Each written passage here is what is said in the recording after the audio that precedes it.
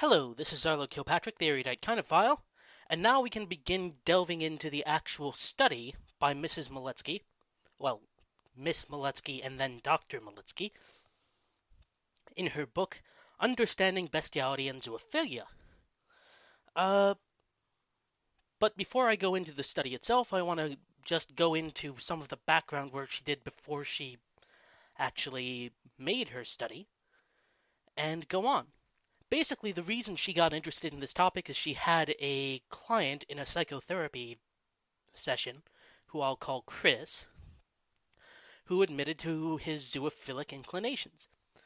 Uh, he didn't know where to turn and he was distressed about it, so she decided to find some information on the topic and was surprised to find that there was barely any.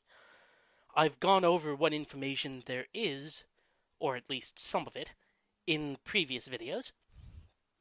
So after conducting this literature review, Hani Miletski concluded that bestiality and zoophilia were not well studied, and that she could, therefore, contribute to human knowledge by conducting an exploratory study on the subtopic.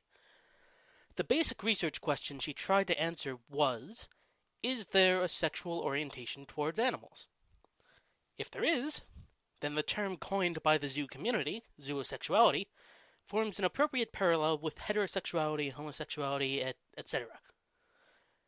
To the end of doing this study, Miletski created a Kinsey-type scale, with 0 standing for having no attraction or activity with animals, and 6 being exclusively attracted or with animals.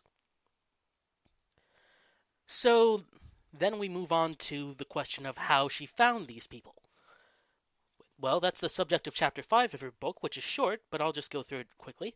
Miletski began her research in 1995 or 96, mostly in 96. To find subjects, Miletski at first didn't know quite where to turn. She placed advertisements in various academic publications on sexuality, as well as in the magazine Wild Animal Review, which presumably is some kind of zoosexual magazine, I'm not sure. All of the advertisements carried the same message, saying that she wanted people who had had sexual relations with an animal to fill out an anonymous questionnaire. But she didn't receive many subjects until she received a call from a zoo, who we'll call Beverly, who had a nice conversation with her, several actually, and introduced her to the internet zoo community through a chat room. This gave Miss Miletski some idea of what questions to ask and what precautions to take in her study. After that, the volunteers began calling from all over the world, as word spread through the zoophile community. They advocated for her among themselves and even invited her to a gathering of zoos, which she attended and used to gather more information about them. She enjoyed her time with the zoos, whether talking with them on the phone or attending this gathering and watching movies, playing cards, and so on. After the gathering, she had a list of zoos willing to take part in the study. I should go into some more detail on the focus groups, not because it's particularly relevant, because basically this is all just subjective opinions of zoophiles themselves, but because it gives you some idea of, in a more detailed sense, how people who claim to be zoosexual think about these things. Miss Miletski did these focus groups at this zoo gathering she attended, and I'm going to pick a few quotes from, well, one quote from each page of the chapter, and I might be accused of cherry picking here because, I don't know, it's possible. I'm going to try to be fair, but if you think that I'm misrepresenting it somehow, please, by all means, read it yourself. So, here we go. Her first question, and the one which got most of the conversation going, is actually 4 questions. It's, what do you think of is bestiality? What is zoophilia? Is there a difference between them? And what is the difference if there is one? As an answer, she got, I'd say it's the difference between having a caring relationship and just using the animal for gratification. The bestialists, from my point of view, just basically use the animal for sexual relief. They may take care of it in that, but he's treating it as a sex toy. You get just as much out of it as out of what you would using a doll or going and seeing a prostitute. Whereas a zoophile relationship is more. It's a marriage, in every sense of the term. The term fence hopping came up in conversation, and basically the flippant answer to what is fence hopping was this. It's not like you can go to a farmer's door and say, I'd like to take your mare out on a date. Alright, so here's a quote on finding other zoos online. It can be an incredible life-changing experience. When you first read about other people who are like you, when you first talk to them online, when you first talk to them on the phone, when you first talk to them in real life, you're real. You're really there. You really are like me. It's an amazing revelation. On women's zoos. But there's still a lot of women who are there and they don't feel comfortable talking about it. People will talk in chat mode, but they, women's zoos, won't talk in public. They have to be more cautious, and rightly so, because there are a lot of horny males out there online. 60% droolers and jerks. On stereotypes. Along the line of stereotypes, non-zoos online immediately assume that because I'm male, that I'm a heterosexual zoo. So that if you're male, you're either just out there shacking sheeps or goats. And I've had a lot of goats. And it completely escapes them that maybe, possibly, that we're the one in the passive role in this. On consent. My 2 horses, for example, I have tried to do things sexually with them that they did not like, and they told me they didn't like it. I mean, their ears went back, they were uncomfortable, they fidgeted. Basically, what I'm trying to say is, I tried to be a top with both my horses. My horses don't care for that. There was a time years ago, I would admit, that I would have just gone ahead with it anyways. The older I got, the more mature and more acceptance I got in what my lifestyle is. I was very sensitive. I became more sensitive to my animal lover's needs. I didn't try to do anything. I never tried to do anything to my animals that I'd feel harmed them in any way.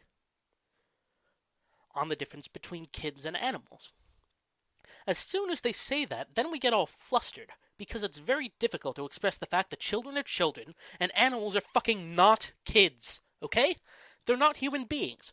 And people who do make that, and do try and draw an equality there, first of all, it's offensive in a way that I consider that to be demeaning to the animal. Because that's like saying that equating a horse, a stallion, like, who's a lover of mine, equating him with some kid who doesn't know what the heck is going on.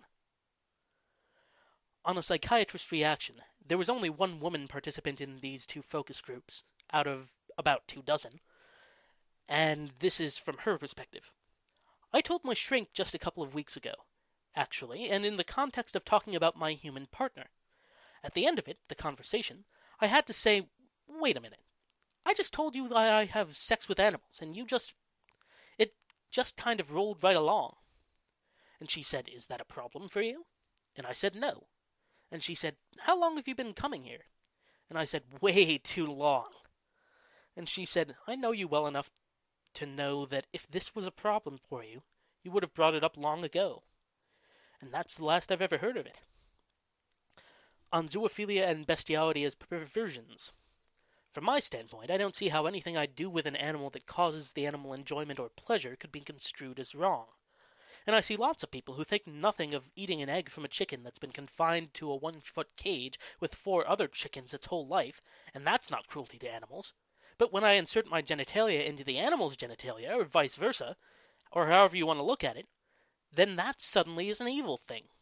And I don't understand.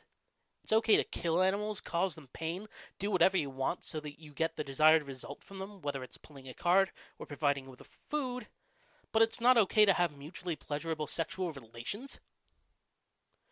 On whether they would want to change. For me, I wouldn't have changed. I'm 23 and I would have never changed. I'm really at a crossroads in my life. Because I have a female friend who would marry me in a second, but, for all the difficulty that it causes, I wouldn't trade my relationship with animals for anything. Because it's that rich, and it makes me feel complete to have it.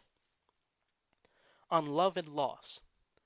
There's only one thing about zoophilia that I'd like to change, and that's the fact that I can outlive everybody who I fall in love with. I'm on my 5th regular canine lover because the previous ones, by one means or another, have passed on. And that's one of the hardest things about being a zoo. It's the only thing I don't like. When asked, why do you have sex with animals, one person responded, I was always emotionally attached to animals, but I was also physically attracted to animals on the street, you know? It was just like, I guess, heteros see a hot woman and they're like, look at that woman. And I see an attractive animal and I'm like, whoa, that's a really attractive animal. And it's always been that way, and I think it's hereditary. Finally, on intellectual stimulation. It's a separate thing. You go one place for one thing, and you go to the other place for the other thing, and it becomes a natural part of your life where you don't even think about it anymore. Well, that's it for the quotes from the focus group. Next time, I'm going to delve into some actual data, including the methodology of this study and some general information on the zoos who responded. Until then, this is the Erudite Kindophile signing off.